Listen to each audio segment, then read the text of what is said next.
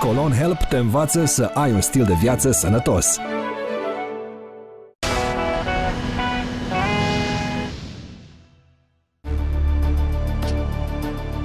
Adrian Vântu are 47 de ani și 157 de kilograme.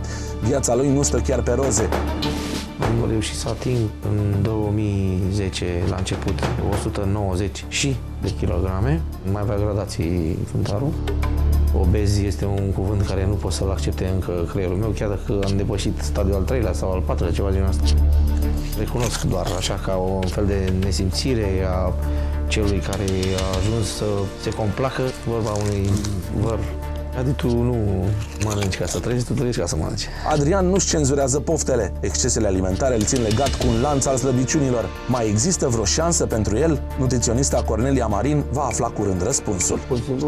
M-am delăsat și nesimțirea și delăsarea m-au dus în starea în care sunt. Bun, te-ai delăsat, acum nu vreau să te mai lași, acum vreau să te organizezi. Nu mă interesează ce vrei, strângi din dinți, dai cu până, nu mă interesează ce soluție alegi tu, dar vreau ca lucrurile pe care le stabilim să le respecti.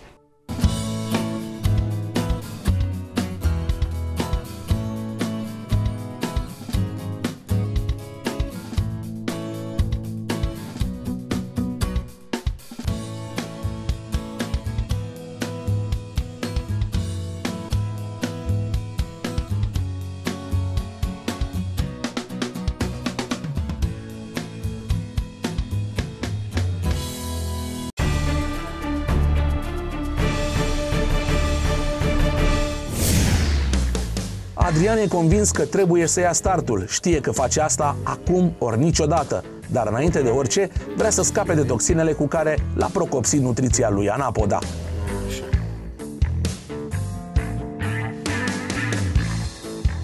Și nu orice fel de detoxifiere, ci cu fibre, în fiecare zi, înainte de micul dejun. Și pentru că vrea să descopere mereu noi gusturi, Adrian combină preparatul cu apă, cu ceai.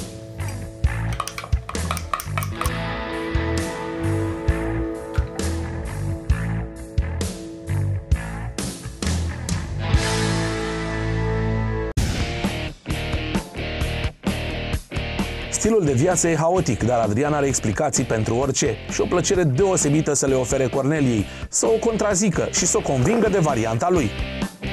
Vreau să vorbesc un pic cu tine, pentru că eu consider că avem o mică problemă. De fiecare dată când eu îți explic ceva, tu îmi spui că da, că ai înțeles și că încerci, măcar o perioadă, să aplici ceea ce îți spun eu. Așa am și făcut. Păi de dimineață ai spus că ai băut o cafea cu lapte. Cafea, am gustat din cafeaua fine. Nu trebuie. Dar aia a ridicat tensiunea, asta e ideea. Dar altfel nu a fost o gură M-ai înțeles greșit. nevinovată. Hai să spun de ce m-ai înțeles greșit. Pe mine nu mă deranjează că ai menționat. Pe mine mă deranjează că ai luat din ea. Tu ai înțeles, trebuie să schimbi niște obiceiuri. Normal. Și nu este ușor, pentru că dacă era ușor... Nu se pot schimba... Lasă-mă să termin hai să spun, nu este ușor, ți-am repetat de 100 de ori. Dacă era ușor, tu nu ajungeai aici. M-am delăsat și nesimțirea și delăsarea m-au dus în starea în care sunt. Bun, te-ai delăsat, acum nu vreau să te mai lași, acum vreau să te organizezi, strângi din dinți, dai cu până, nu mă interesează ce soluție alegi tu, dar vreau ca lucrurile pe care le stabilim să le respecti. Am o rugăminte. Încearcă să nu mai contracarezi soluțiile pe care ți le dau eu, pentru că tu crezi că știi mai bine. Nu mai îmi spune de fiecare dată că da, dar mi-a fost poftă. Știi care este ideea? Trebuie să lupți cu poftele. Poftă o să ai tot timpul. Eu nu am pofte. Adi, ai pofte sau nu ai pofte? Nu am pofte. Păi dimineața ai avut poftă de cafea? Dimineața am gustat-o conștient. Nu a fost o poftă. Te-ai contrazis în 10 minute. Ai spus, mi-a fost poftă, am luat o gură, nu mi-a fost poftă, mi-am asumat-o conștient. Sunt două fraze ale tale. Tu le-ai spus. Dacă tu faci o abatere și nu-mi spui mie... Chiar nu fac. Adi, să presupunem că faci o abatere.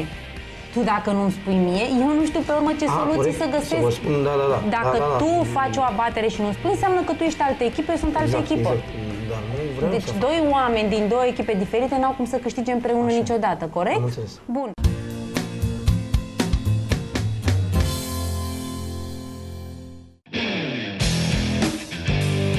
Întâlnire la vârf. Vântu. Adrian Vântu. Un bărbat care vrea să-și recapete condiția fizică. Stelian Tufaru. multiplu campion balcanic și european la atletism. Bine ai venit!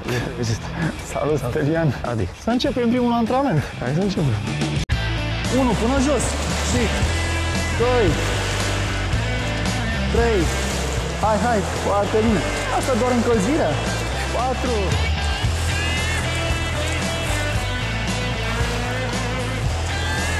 Atenție!